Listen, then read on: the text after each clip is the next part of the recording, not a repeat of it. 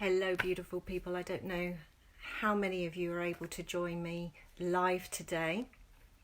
And I'm here again from my phone because I'm still having Wi-Fi problems. Can you believe it? Well, of course, good old Mercury retrograde. And we've had the high energies of the 11/11 Ascension portal and also the full moon yesterday. So all of that kind of energy and vibration. So you get the background of my little meditation shelves that I have by my bed, which is lovely. Okay, so how did you get on after watching the first episode of Healing Shame? Because we were talking, what I was inviting you to do after that was to really reflect on all the areas of your life where you're noticing that you're holding back, noticing those parts of yourself where you're not really being completely and utterly true to yourself.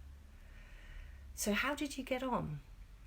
Because I know that even though we made a commitment at the beginning of the week not to use it as another tool to beat ourselves up with, but sometimes just noticing where we're holding back in life can trigger that even more shame. So today what I wanted us to look at was around the area of balance. Okay, sorry, my mind just went blank then. So I've been working as a coach and an energy practitioner for coming up to 4 years, and prior to that I've been working in mental health for many years. And I've always tended to work with people when they were in high emotional distressed states. What I have learned recently, so I'm going to change my hand because my arm's getting a bit achy. So what I have learned recently has really been quite revealing and enabled me to shift lower vibrations much faster than I've been able to do before. So perhaps need to go back to basics and explain a little bit about lower vibrations. And we can have two types of lower vibrations that are stored within our body. Transitional lower vibration is the feelings that you feel in the moment. So you're very aware of feeling these feelings. They're in your conscious mind. And then there's the stored lower vibrations that are held within your subconscious mind. So those are the vibrations that you're not always aware of.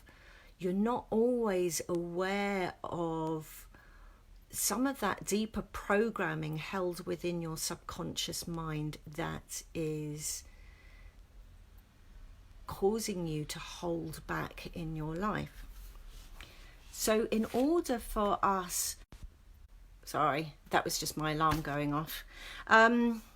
Okay, so in order for us to be able to get to the stored lower vibrations through our subconscious mind, we need to be in a state of balance and calm. We cannot access that deeper information if we are highly stressed or highly aroused or really deep in those emotions of shame. So how can we go about finding balance? Well, this is where I start to employ my technique, which is called do whatever the fuck it takes. Excuse my language.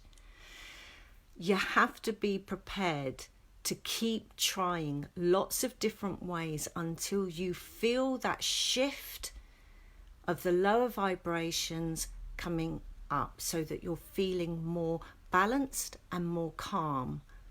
So one of the things that I suggest to my clients is to keep a self-care jar. I think that it's back to the writing's back to front. So in those moments when you have noticed that you're going down that rabbit hole of despair, it's really difficult for us to think about some of those techniques that we know really help us, because we're just going down in that downward spiral of feeling really dreadful. So that's why it's really useful to have your self-care jar handy, so that in those moments you can just pop your hand in and take out something. And what does it say? So this one says, what's the kindest thing I can do for myself? Okay, so just in that moment, think about what's the kindest thing I can do for myself right now. And that might be, do you know what? I just need to make myself a cup of tea, or have something to eat, or maybe go for a walk, do something different.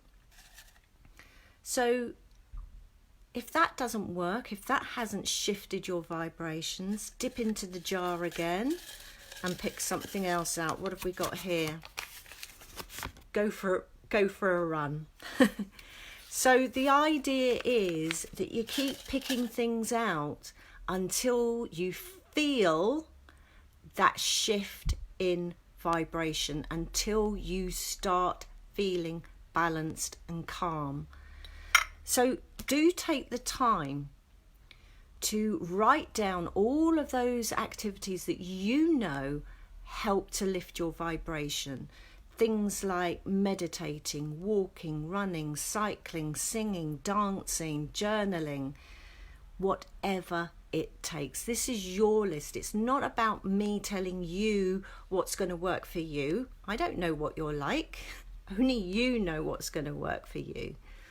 So make sure you have your little toolbox handy, so that you can start to shift that transitional lower vibration. And once you're feeling in that balanced, calm state, you're then able to start digging deeper to look at and release the shame. That's where I will be taking you on Friday. So for part 3, we are going to be looking at releasing the shame. So I'll be taking you through a guided practice to help you release any shame that you'll be feeling. Hopefully I will be able to have do it from the computer, so it won't be a shaky phone. So your soul work for today is to create that list, or get yourself a self-care jar. Write down all of the things that you know really help to lift your vibration, and be aware of when shame has been triggered, and try some of those things on your list. And I will be back here on Friday at 3 o'clock. Okay, so it's Friday the 15th of November at 1500 hours Greenwich Mean Time. I'm keeping it nice and easy, aren't I? So see you 3 o'clock on Friday. If you want to start sharing what your experiences are with noticing shame, or with creating your list, and you want to do it in a safer environment, then I invite you to join me in the Heart of Healing the Heart of Healing and Happiness group, and I'll pop the link in the comments box when this is uploaded. All right, take care. Look forward to seeing you on Friday. Bye.